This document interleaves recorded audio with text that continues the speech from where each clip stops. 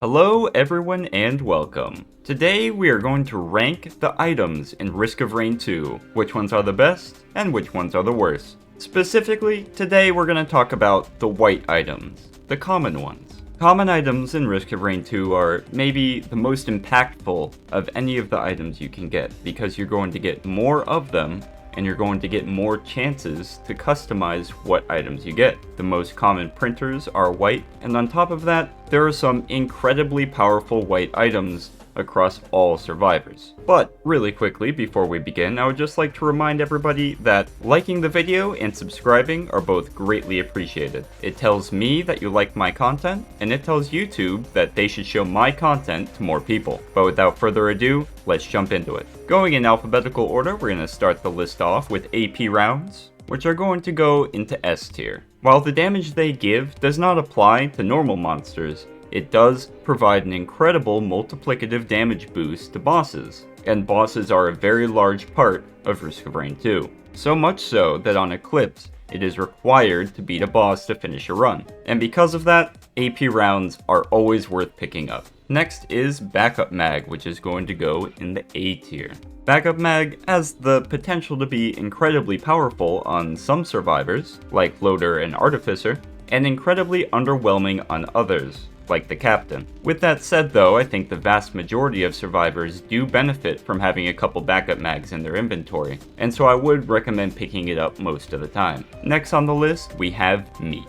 And meat is absolute garbage. It is scrapper fodder. The only purpose for meat is to be scrapped and turned into a better item. Following up the meat, we have Bundle of Fireworks. And fireworks are going to go into the C tier. Although they can be useful, giving a little bit of extra damage while you're going through stages, for the most part they're really only worth scrapping to turn into a better item. Unless you have a build that could turn it into an extremely powerful item, like with ICBM and the Remote Caffeinator. Bungus is next on the list, and this is also going to go into D tier along with the meat. On every single survivor except for Engineer with the stationary turrets, this item is complete trash. You're probably never going to be standing still anyway, and most other healing items are just better. Bungus really only has two uses aside from Engineer with stationary turrets, and that's being turned into Wungus and being turned into scrap. Cautious Slug, on the other hand, is quite good, and I'm going to give it an A. For the simple requirement of not getting hit, which everybody should be doing anyway,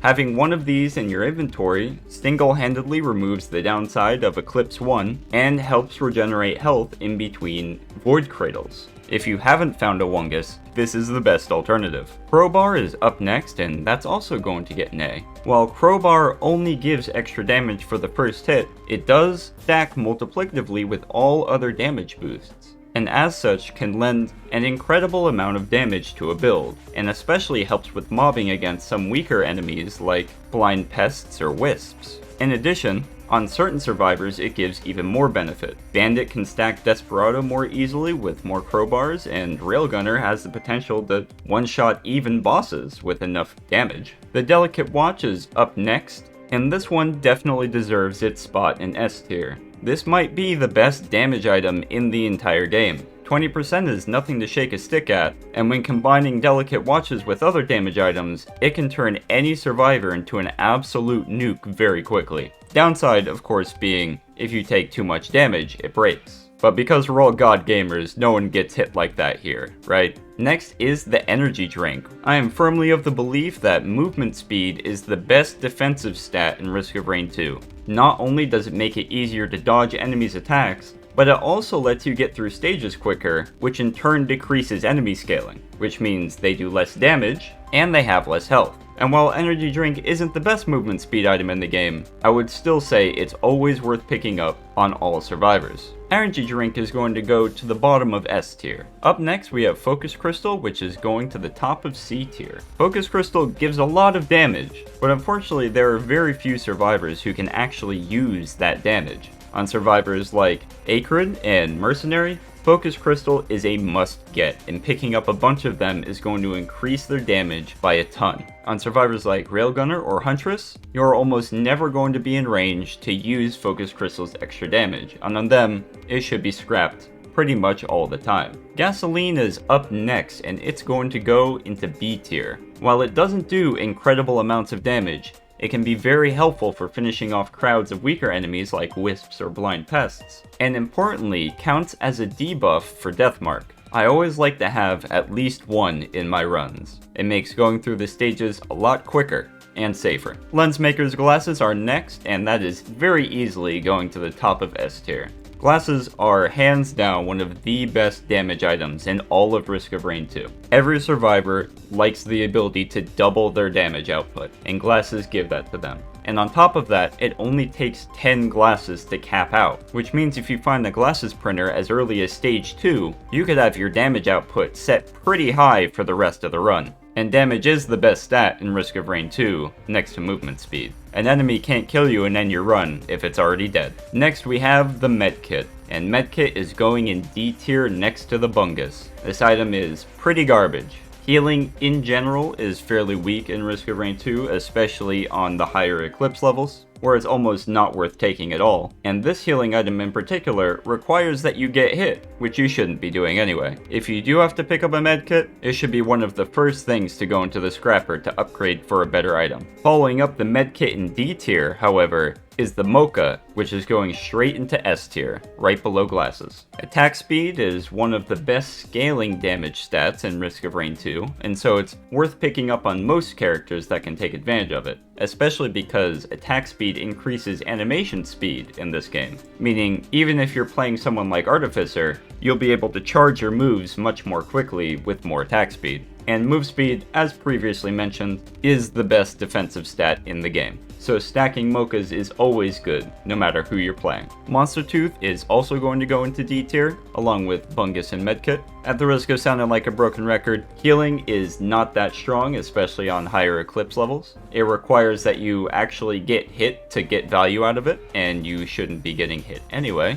especially if you have a lot of movement speed. On top of that, compared to something like Cautious Slug, which is always useful, Monster Teeth only give healing once you kill an enemy, which is just an extra layer of abstraction between you and the healing you're trying to get, and thus, it is scrapper tier. The oddly shaped opal is up next, and this is also going to go into S tier. The oddly shaped opal lets you tank one hit with increased armor, and each additional oddly shaped opal increases that armor by 100, which is an insane amount of damage reduction. While movement speed might be the best defensive stat in Risk of Rain 2, straight damage mitigation is definitely the second best, and the opal helps with that tremendously. Even making one mistake in later runs or on high Eclipse levels against enemies like Mithrix or the Voidling can lead to instant death, and being able to tank that one hit with oddly shaped opal can be the difference between winning and losing a run. Goathoof is next on our list, and this is also going in S tier, right at the top. Goathoof is the best movement speed item in the game. Even though the number seems higher on the energy drink,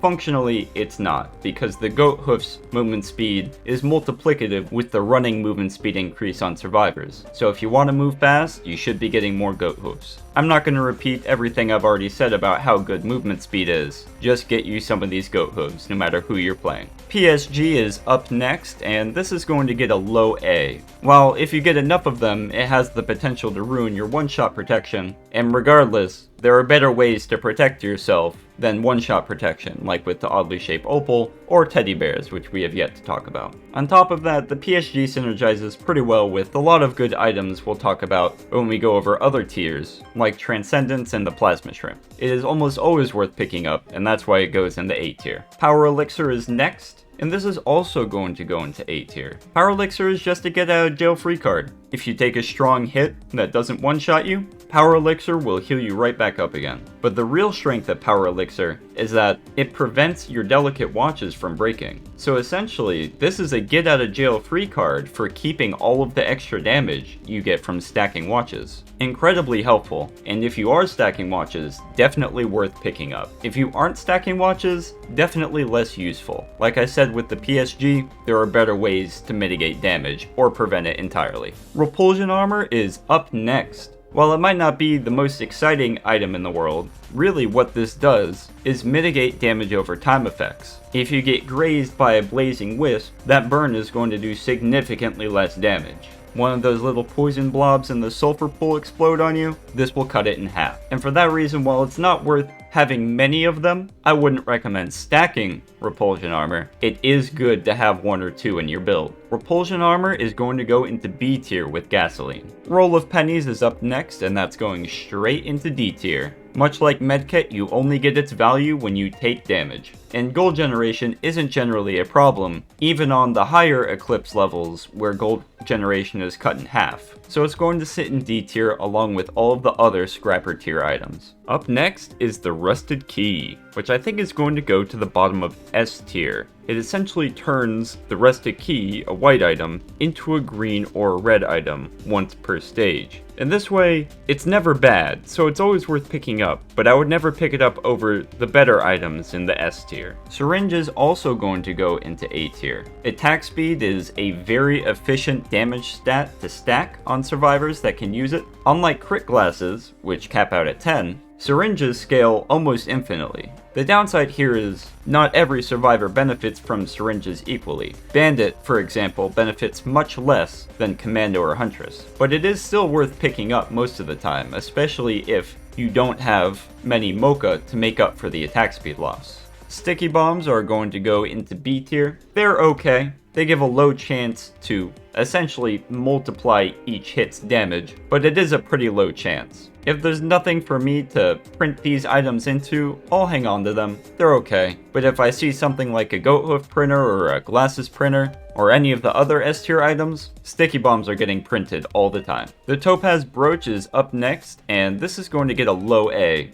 This is definitely one of the better defensive items, especially the later a run goes when there are more and more enemies, you can stack up the shield on this thing pretty quickly. With that said, in a one-on-one fight like against Mithrix or the Voidling, the Topaz Brooch is absolutely useless, it gives you nothing. So while it might be worth hanging on to if you're going to be looping or on your way to Mithrix, it's definitely worth trying to recycle the brooch into a different item by the time you get there. Tougher Times is next, and I'm sure to no one's surprise, this is going in the S tier. As I mentioned before, there are some good ways to mitigate damage aside from healing, and this is one of them. Each one increases your chance to just totally ignore damage if you get hit. Stack up 10 or 20 and suddenly there's a 50 to 70% chance that if you do get hit, you're not going to take a single point of damage. While I don't think it's as strong as something that's more consistent like Opal, which has a cooldown, or movement speed, which allows you to dodge things, Tougher Times still reigns as one of the strongest defensive items in the game. Stun Grenade is going to go into C tier. As a CC item, it's not very useful. There are much better ones in the game, like Chronobauble and Tentabauble, as well as some characters being able to freeze enemies. What it is useful for is as another debuff for Deathmark, if your character doesn't have this particular one already. Other than that purpose, I would recommend scrapping this item almost all the time. Tri-Tip Dagger is our next item in contention, and this is going to go to the top of A tier. I thought about this one for a while because stacking bleed is really powerful. But for me, the reason it doesn't go into S tier is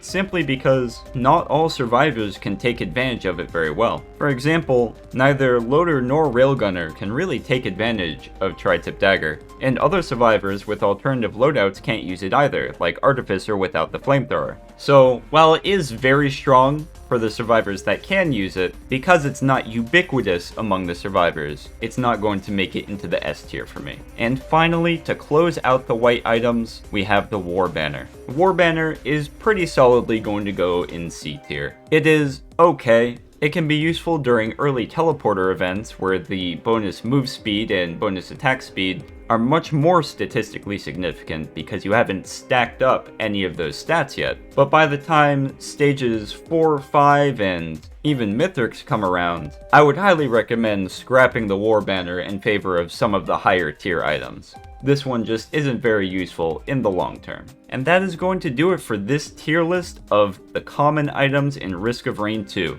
I would love to hear what you think. Please leave me a comment down below about whether you think my list is garbage or you agree or disagree with certain item placements. I love reading comments on my videos, and in fact it's one of my favorite parts of making these videos at all. But regardless, I hope to see you in the next tier list, and I hope you have a wonderful day.